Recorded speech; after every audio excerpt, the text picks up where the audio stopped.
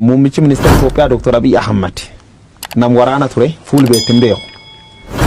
Gize tokko lamir deebii waan dubbat keessatti akkuma keessan nam waraana ta'e qabsoo Oromoo gargaaru dubbate beeka. Laggasa waaqii dabalate ijjeefamu isaa keessatti warningi qaama abaawoti kenna turuusa odeeffannoo kenna turuusa sabboonummaa gana qab ture Dr. Abiy Ahmad. Ana biyya naga sun dambeeku dhugaa dubbachuudhaaf hin beeku inni na beekuu danda'a. Maaliif positionii nuti waraana keessa dur turre addaan fagoo ture waan ta'eef namni jalaa ol si beekaa jetta gaafatamaa taate ati namuun dambeetu boosisa turte. Siduudhaan isa hoogganee hin beeku biralleen turre garuu positionii waraanaa keessatti baay'ee addaan fagoo irra ture. Sababa saniif dhuunfatti akkam ture maal gochaa ture hin beeku. Erga nuti baanee booda qunnamtii garagaraa qaama garagaraa wajjin akka inni qabu odeeffannoo dhagaa ture. Maaliif sun hin beekan jechuudha. Dhugaa sabboonummaadhaan immoo deemsa mootummaa kana mormurraa immoo kan jedhu sirriitti hordofne waan ta'eef dhibbaa dhibbatti haasa'uu hin danda'u jechuudha. Warra na bira jiraniin garuu irraa dhagaa ture fakkeenyaaf abbaa gara suufaa irraa dhagaa ture. Isaan warra baachii tokko wajjin leenjii illee waraana galeellee waan ta'eef walitti dhiyeenya hawaasummaa illee warra qabu. Karaa isaatiin dhagaa ture dhimmoo sabeen wajjin qunnamtii akka qabaachaa turan. Odeeffannoo akkasii kanallee karaa abba ba'aatiin odeeffannoon daawwat faabiraa akka dhufaa ture.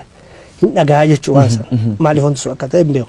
Hirmaannaa yeroo nuti jirru keessa garuu hin turre hin beeku hin turre. Ugaandaa wal agartanii galtan.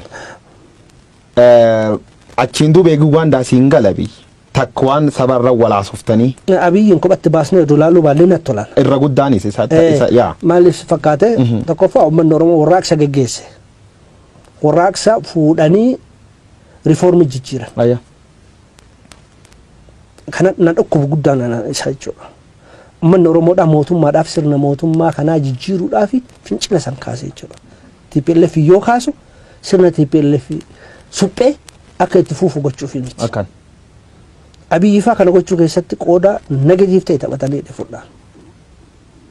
Uummanni Oromoodhaa akka barbaadu sirna amma Abiyyi yaada keessaa gara bilchiginaa ceesse kana osoo hin taane yaada isaatii fi mootummichallee jijjiiree kan ofii barbaadu sagaleedhaan sirna ofii barbaadu gad dhaabbachuudhaaf barbaadaa ture. Warraaqsa gara riifoormiitti jijjiiran. Sababa saniif Ihaadegin lubbuu itti horanii kan uummanni ofirraa diiga deebisanii ijaaranii bilchiginaa ka ta'aniif Ihaadegummaa dhiisanii waan osoo hin taane maqaa kana waan uummanni jibbuuf uummata sobuudhaaf uummata shawwaduudhaaf akka afaan Amaaraatiin ka godhameedha jedhee nama amanuudhaan. Takkaanfiin jalqaba fudhatame.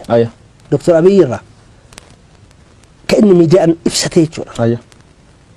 Biyya tana ka miidhee fi nutillee furuu ka barbaannu ilaalcha ideoloojii sabummaadhaa tokkummaa Itoophiyummaadhaa miidhe.